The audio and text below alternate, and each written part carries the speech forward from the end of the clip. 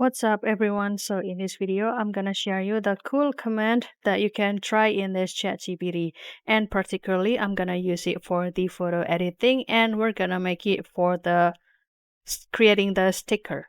So always activate this create an image first. And if you wanna try the command, always start it by typing this slash, for example, like this slash sticker. And after that, I'm going to upload the picture from my device first, add to photo and profiles.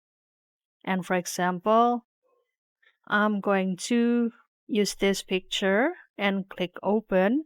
And you can add the following prompt after this command. Make the picture attach into a cute sticker, for example, following the details of the person. And after that, you can simply click this generate or send prompt and kindly wait for the result over here.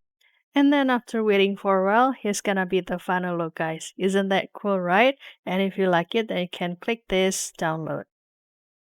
So don't forget to try this command, and I hope this video finds you helpful. I'll see you in another video and thank you for watching. Bye guys.